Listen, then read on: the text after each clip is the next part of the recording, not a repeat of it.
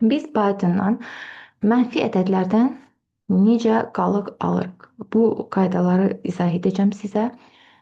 Heç də riyaziyyat qaydası kimi deyil. Biraz bizim qarışdırdığımız ola bilər bu mövzuda. Ona görə də diqqətlə dinləyirik və gerilərimizi götürürük. Gəlin baxaq, biz necə mənfi 13-ü 4-ə böldüyümüz zaman 3 qalıq almışıq. Bilirsiniz ki, bu qalıq işarəsidir. Gəlin baxaq.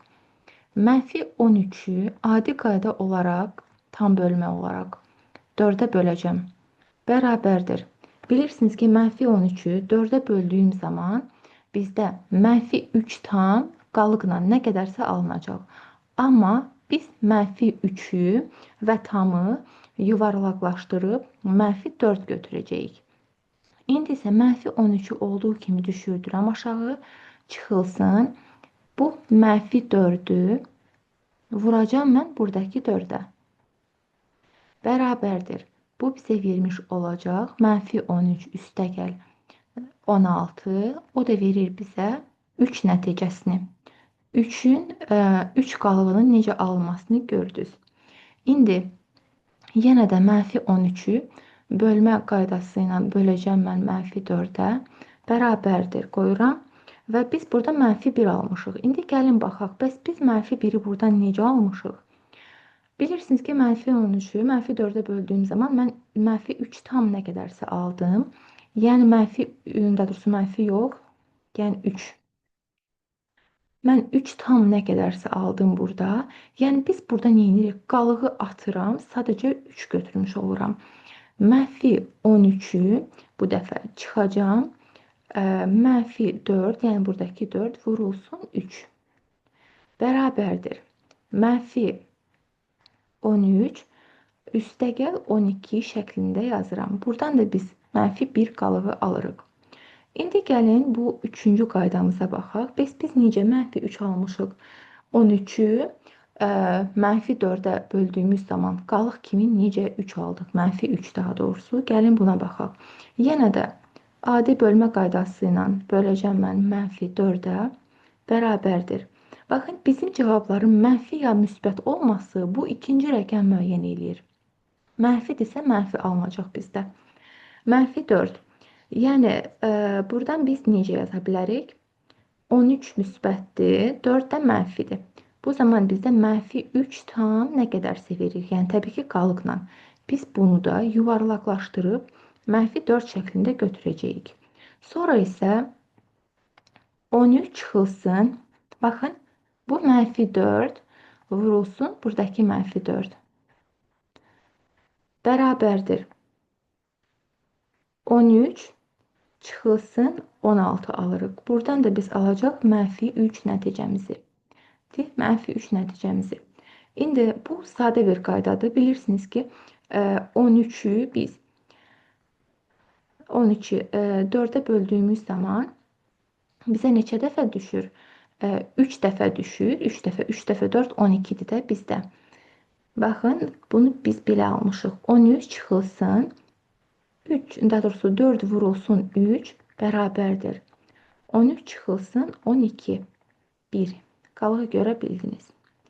Bu qayda ilə gəlin, indi bunu yoxlayaq. Mənfi 7, mənfi 7. Adicə bir bölmə qaydası ilə böləcəm mən 5-ə. Bərabərdir. Bu zaman mən mənfi nə qədər alacam? 1 tam onda nə qədərsə alıram. Bunu yuvarlaqlaşdırıb götürəcəm 2. Götürdünmü? İndi mənfi 7-ni olduğu kimi yazıram. Çıxılsın. Daha doğrusu burada mənfi 2-dir. Mənfi 2 vurulsun 5. Bərabərdir. Mənfi 7 üstəgəl yazıram burada 10. Bərabərdir. Burada bizə verəcək 3 nəticəsini. Baxın, qalığı tapdıq. İndi mənfi 7 böl mənfi 5 bərabərdir. Hər ikisi mənfidir. Müsbət nəticə alacaq biz. Burada yazacağım 1. 1 tam nə qədərsə olur. Amma yuvarlaqlaşdırıb 2 götürə bilmirik burada. Yazıram 1. Mənfi 7 çıxılsın. Mənfi 5 vurulsun 1. Baxın, mənfi 5 buradadır. 1 də burada. Bərabərdir. -7, -7 üstə gəl 5 dəfə 1 də 5-dir bizdə. Və -7-dən də 5 çıxanda bilirsiniz ki, işarəsi böyük olanın işarəsini götürmüş oluruq biz. -2. Baxın, -2 qalığı tapdıq. İndi 7 bölünsün -5-dən bəs. -5-dən. Baxın, biz burada necə yazdıq? 13 böldük biz -4-ə. -3-ü yox, yuvarlaqlaşdırıb onu -4-ü götürdük. Ona görə də biz də burada eyni qayda ilə -1-i yox, -1 tam nə qədərsə alınır əslində qalıqla. -1-i yox, -2-ni götürürük yuvarlaqlaşdırıb. İndi 7 çıxılsın, -2 vurulsun, -5. O da bizə verir nə? 7 çıxılsın, 5 dəfə 2 də eləyir bizdə 10, bərabərdir -3. -3 nəticəsini aldıq. Burada da 7 bölünsün 5. Baxın, burada faiz yazmışam, yəni qalıq. Burada isə bölmə. Hər ikisini yaza bilərsiniz. Amma mənfi olmayan bölmədə. Əgər mənfilərlə verilsə sizə, məsələn, biri mənfi, biri müsbət olsa, onda mütləq şəkildə bu bölmədən istifadə edərək yazın. Bərabərdir. Burada da bilirsiniz ki, bir dəfə düşür bizə tam bölmə və 7 çıxılsın, 1 vurulsun 5 bərabərdir. 7-dən də 5 çıxanda bizdə qalır 2 nəticəsi və 2 qalığımızı aldıq. Bu Pythondan qalıqların tapılması idi.